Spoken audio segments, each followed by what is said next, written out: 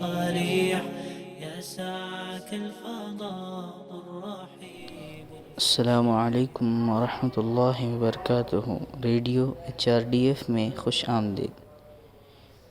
جب سے اس کے والد کا انتقال ہوا، اس کی کوشش تھی کہ کسی بھی طرح بہن کی شادی ہو جائے۔ وہ مزدوری کرتا تھا اور اپنی آمدنی سے 1 لاکھ روپے سے زیادہ کی بچت کی۔ اسی دوران اچانک ایک دوست نے اس سے 1 لاکھ روپے مانگے۔ دوست نے بہن کی شادی پر پیسے واپس کرنے کا وعدہ کیا تھا۔ اس نے کئی سالوں کی محنت کی کمائی ہوئی رقم اپنے ایک دوست کو اس امید پر ادھار دے دی کہ اسے ضرورت پڑنے پر واپس مل جائے گی۔ 3 سال گزر گئے، بہن کی شادی ہو گئی۔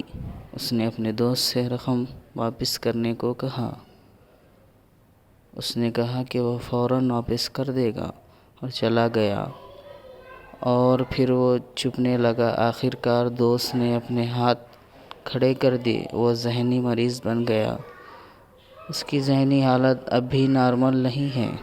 بھائیوں، ہم میں سے بہت سے قرض لینے والے اور قرض دینے والے دونوں ہیں۔ باہمی اعتماد اور مخلصانہ محبت ہمیں قرض لکھ کر رکھنے سے روکتی ہے، لیکن قرضوں کا ریکارڈ نہ ہونے کی وجہ سے لوگوں کے درمیان مسائل پیدا ہوتے ہیں، خاندانی رشتے ٹوٹ جاتے ہیں، دوست بچھڑ جاتے ہیں، لوگ دین اور اس کی پیروکار سے نفرت کرتے ہیں۔ قرض ایک ذمہ داری ہے، چاہے وہ دشمن ہو یا دوست ہو۔ قرض کی ادائیگی کے بارے میں اس وقت نہ سوچیں جب موت قریب آ جائے، بلکہ جب قرض ادا کرنے کا وعدہ کیا ہے اس وقت ہی قرض ادا کریں۔ اگر آپ مخصوص دن پر ادائیگی کرنے سے قاصر ہیں تو آپ کو اس سے ذاتی طور پر ملیں اور مہلت طلب کرنی چاہیے۔ جب قرض دینے والا کال کرے تو کال کاٹ نہ کریں۔ بازار یا مسجد میں نظر نہ آنا اور جھوٹ بولنا کمزوروں کا رجحان ہے۔ مذہب لوگ فرمانبردار اور وقت کے پابند ہوتے ہیں۔ نظریے کی خاطر جان قربان کرنے والوں کو شہید کہا جاتا ہے۔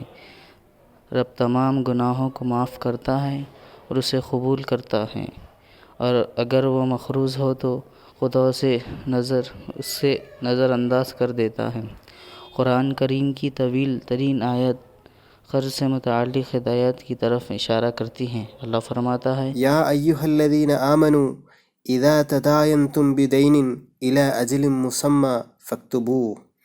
اے ایمان والوں، جب تم آپس میں ایک دوسرے سے میعاد مقررہ پر قرض کا معاملہ کرو تو اسے لکھ لیا کرو۔